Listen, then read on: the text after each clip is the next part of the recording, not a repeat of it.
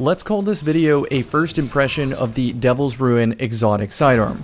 I say this because there's a stark difference between a first impression and a review when it comes to videos on my channel. The main difference, of course, is the time and effort to really know the ins and outs of a weapon. A lot of times in Destiny though, when a new weapon releases, it might only have a slight statistical benefit or maybe one unique perk, a perk that we've already had a lot of time with, so you just compare notes to previous reviews, use your thousands of hours in PvP to make a quick on-the-fly assessment that you would ultimately conclude would be the same after 500 hours of play and 1 hour of play. This is why on my channel you don't see a review for every gun under the sun, because I really do want to learn the ins and outs. For example, the Annie of D, a weapon which I have a lot of time with, I consider one of the best SMGs, let alone best primaries in the game. I have a review for that one, and I stand by that review. But let's say an expansion happens and a new weapon exists. The Atalanta D, that's a carbon clone of the Antiope released in the Black Armory expansion.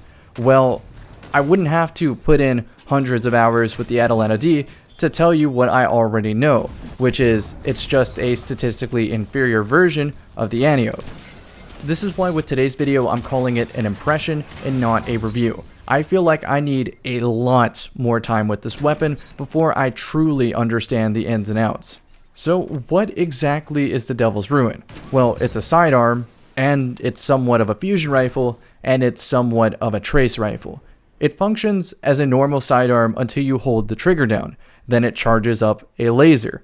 The thing is though, you don't have to have a full magazine to do so. You could have one bullet left in the magazine and you could still charge up a full duration laser. The archetype of this sidearm is 300 RPM, which is one of the most competitive, so you can melt people with just the sidearm aspect of it without even considering the laser. Though I will mention, because the fire button is the same as the charge button, there feels to be, I can't 100% confirm, but there feels to be some sort of delay when it comes to clicking the trigger to shoot and actually shooting. It might be a product of me holding down the trigger slightly when I fire normally, but I'm not 100% sure.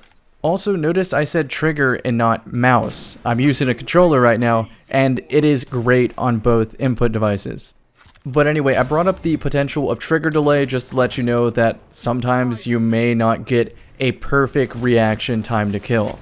But ultimately this shouldn't matter much because it is at the end of the day a 300 RPM sidearm that will kill in 0.6 seconds. So even if it ends up killing at like 0.65, it's not going to make that much of a difference. But on the off chance that it does, I'm going to lighten my trigger finger a little bit and never hold it down when cleaning up a sniper body shot.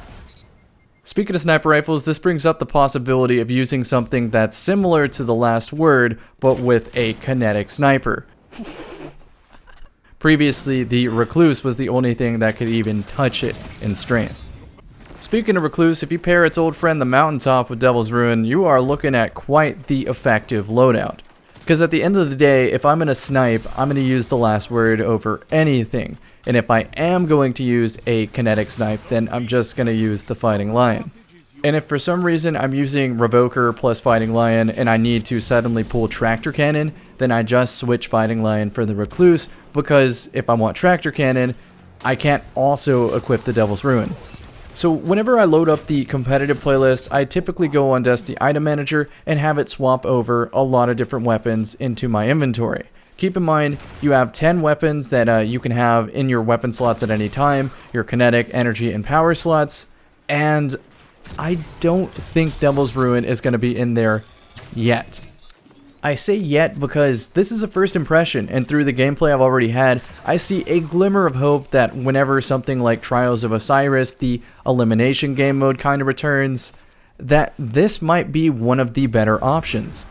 Remember that elimination is a round-based single life system, so if you die in a round, you have to either get revived or wait for the next round to start, which is why something like the Revoker is extremely strong. And I already said if I'm going to use the Revoker, I'm probably going to use Fighting Lion, but there are special cases where Fighting Lion leaves you with your pants down, for no other way to explain it, because you shoot a grenade launcher, you shoot a sniper rifle shot, and there's some downtime before your Revoker gives you your bullet back, or you reload the Fighting Lion.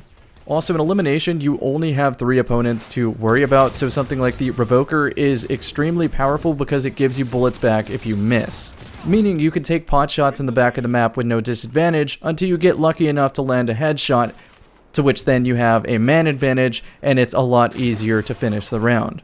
But how might this apply to the Devil's Ruin? Well, if you want to use the Revoker, you can't use the last word, so what's the next best option? Well, as it turns out, the answer might be the Devil's Ruin exotic sidearm, because the play-by-play in a trials round is going to go something like this. 3 people, you maybe snipe body one of them, clean up with the sidearm, immediately primary sidearm the next person, and for the third, because you have almost no ammo left, you start charging the laser. This efficient ammo management is the X factor with this weapon that will separate it from fearsome loadouts like the Last Word and Beloved. With the Devil's Ruin, there are skill-intensive things you can do, like time the charge of the laser so that it refills the magazine continuously, leading to a bottomless mag. In addition, if you charge up the laser, you have enough duration of it to actually take out 2 opponents if you can spray transfer that laser onto the second person. So to me, I feel like I've only scratched the surface of the potential of this weapon. For me to know any more about it, I'm gonna have to play a lot of elimination. Hence why this is an impression video and not a review. In the review, expect some comparisons between Last Word range drop-offs, Recluse drop-offs, perk uptime, etc., and how it really plays out in a game. So to conclude, this weapon may rise to be one of the best in Destiny. It may rise to be one of the best with a certain competitive build, like let's say a 2-minute Grace, the healer becomes very popular, and this happens to be the best weapon with that specific subclass and setup. Or it may just get buried underneath more power crept options that come out in the future. Let me know in the comment section any tips for using this weapon, how you like it, your impressions, your reviews, etc. And I will see you in the next one.